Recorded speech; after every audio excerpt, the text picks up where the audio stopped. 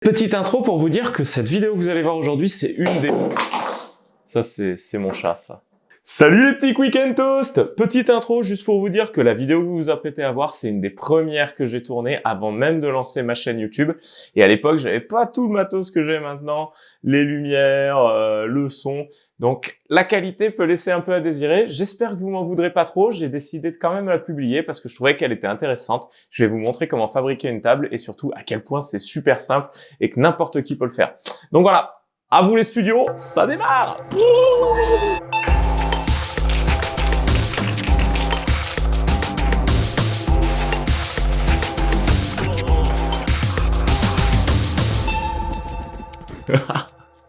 Salut, j'espère que tu vas bien.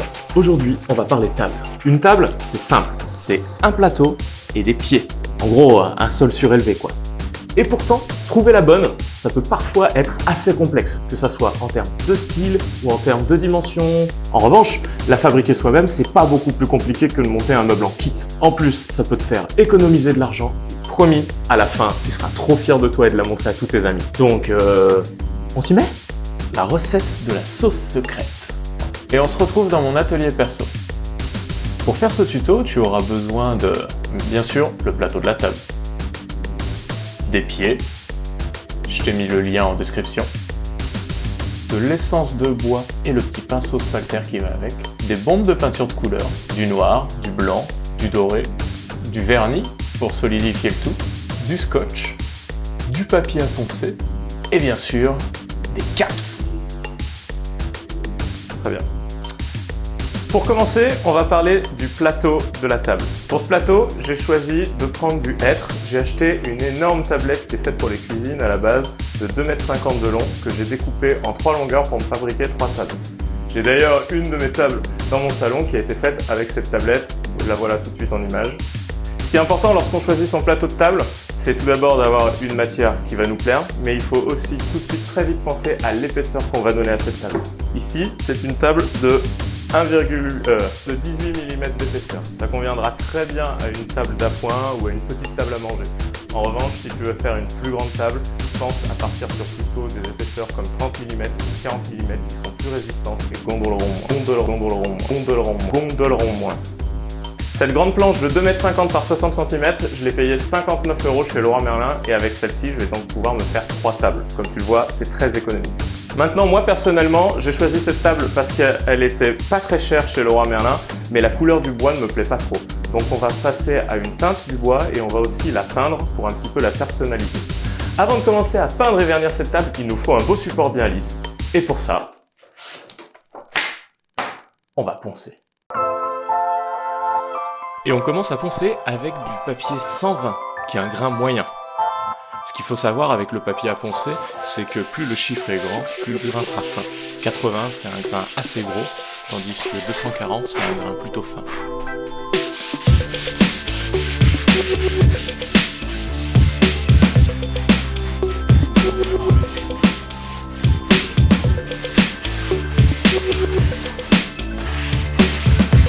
Donc là, je ponce avec du papier 240 qui est plus fin pour une finition plus douce. On commence toujours avec le papier gros et on affine au fur et à mesure pour avoir quelque chose de plus en plus lisse. Et bien sûr, t'oublieras pas de...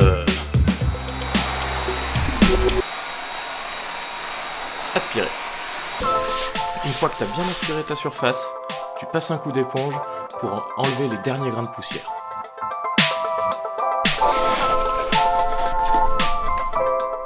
Et on met des bandes de scotch pour faire une peinture propre.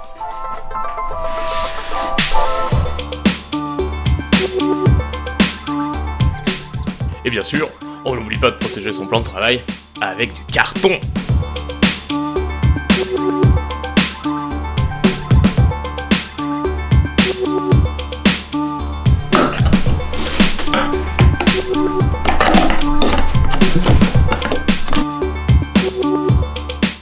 Le bois peut être teinté avec de l'essence. J'ai acheté cette tablette en hêtre chez Leroy Merlin, mais je la trouvais trop claire. J'ai donc choisi ce vernis pour obtenir une teinte plus proche du noyer ou de l'acacia.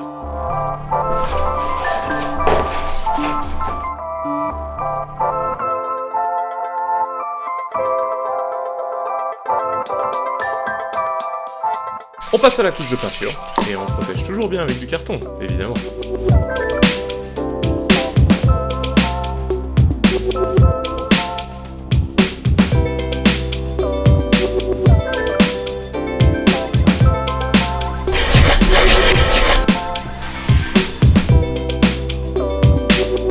Et là je peins les différentes bandes de peinture.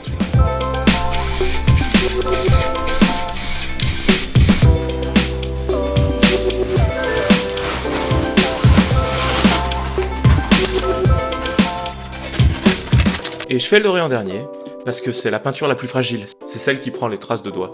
Donc je vais éviter de la salir en peignant les autres. Et là, je scotche le carton sur le support directement, pour éviter que la peinture s'infiltre. Avec le spray, il y a des pigments qui vont partout.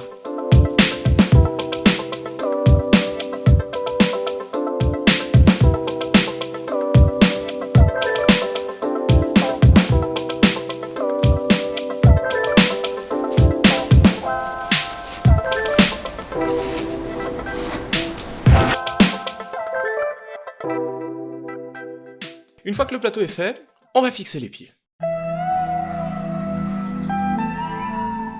Pour les pieds, j'ai choisi un modèle un peu massif, assez gros, que j'ai trouvé sur Amazon, je te mets le lien en description. Je voulais que la table ait l'air solide.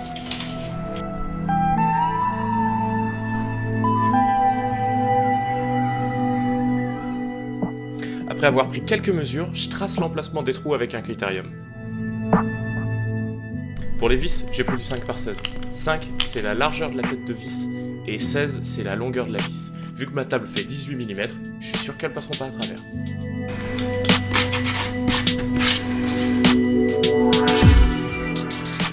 Je préperce les trous à l'aide des vis.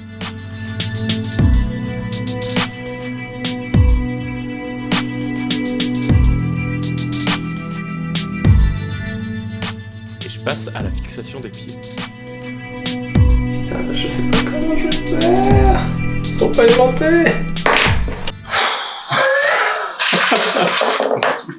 Ça m'a vraiment saoulé. Donc ça y est en fait, hein, je viens de comprendre à quoi ça servait les tournevis aimantés.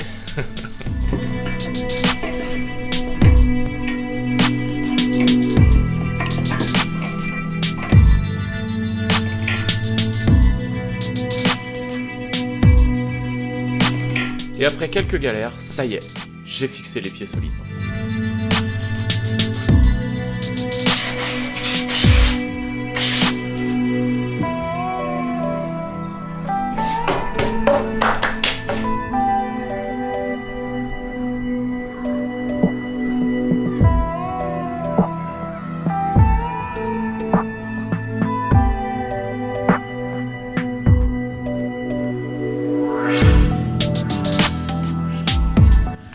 Et voilà, une belle table d'appoint à côté du canapé pour poser son téléphone en charge.